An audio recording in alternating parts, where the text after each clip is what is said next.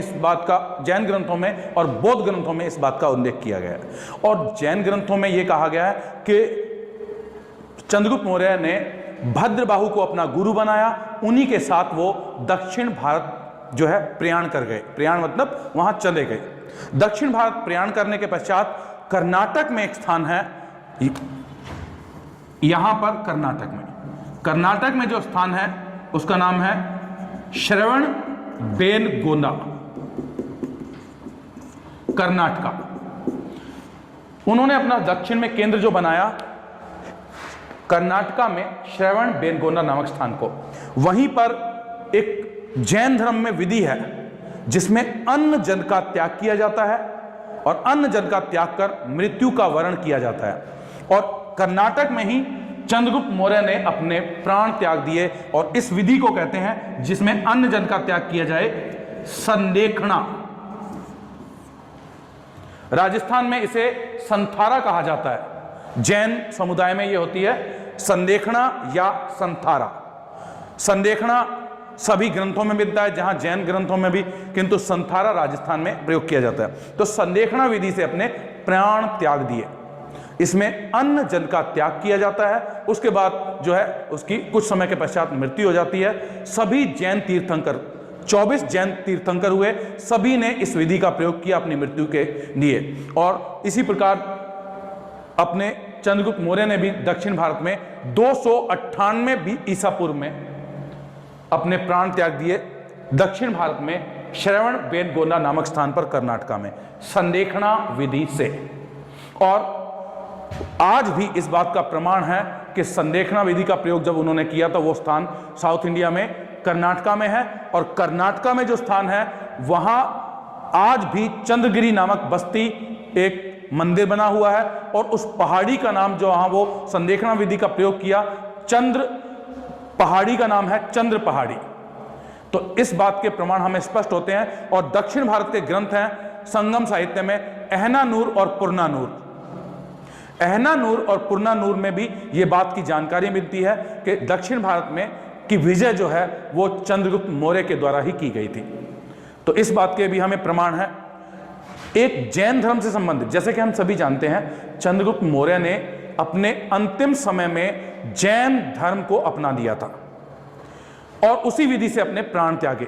उन्होंने भद्रबाहु को अपना गुरु बनाया था और इसके अतिरिक्त जो है उन्होंने पाटलिपुत्र में उनके समय में 300 ईसा पूर्व में 300 ईसा पूर्व में प्रथम जैन संगीति का आयोजन किया गया। जैन संगीति का मतलब है परिषद, काउंसिल।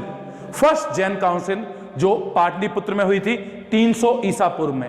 इस समय चंद्रगुप्त मौर्य पाटलिपुत्र या मगध के शासक थे, उनके समय में इसका प्रयोग किया गया है। उनके समय में मतलब ये सभा बुलाई गई थी।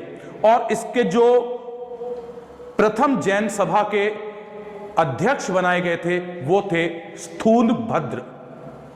स्थूलभद्र इसमें, परंतु क्या हुआ कि इन सभा में दो गुट बन गए, गुटबाजी हो गई साधु संतों में और भयंकर झगड़ा हिंसा का प्रयोग भी किया गया और दो व्यक्ति अलग अलग अपने ग्रुपों को लेकर चले गए। स्थूलभद्र के अनुयायी जो है वो अलग कहलाए और भद्रबाहु के अनुयायी जो वस्त्र नहीं पहनते थे वो अलग नाम से जाने गए। जैन धर्म दो भागों में बंट गया वस्त्रों के आधार पर।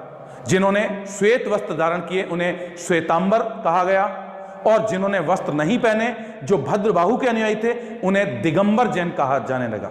तो पाटलिपुत्र में जैन समुदाय दो भागों में बंट गया, दिगंबर और श्वेतांबर।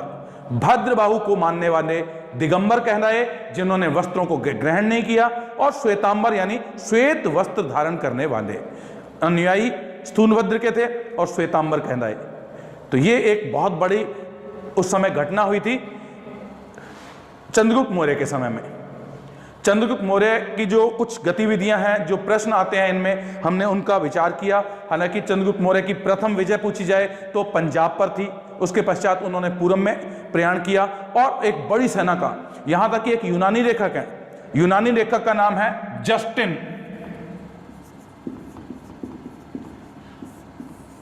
जस्टिन ने चंद्रगुप्त मौर्य की सेना को चोरों और डाकुओं का गिरोह की संज्ञा दी है।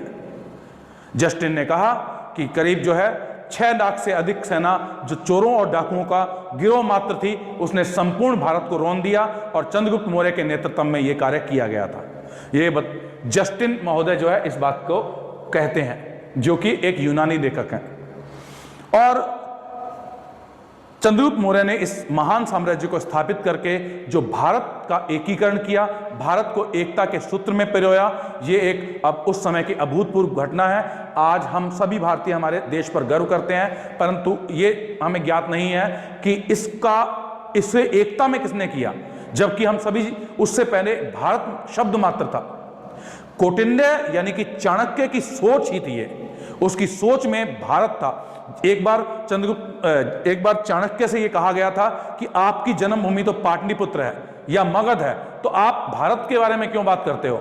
तब उसने उनको, जो भी अन्य प्रांत थे, उनको समझाने का प्रयास किया, न ही पाटलिपुत्र न ही मगध मेरी जन्मस्थली है, मेरी संपूर्ण भारत मेरी माता है, संपूर्ण भारत ही मेरी जन्मभूमि है।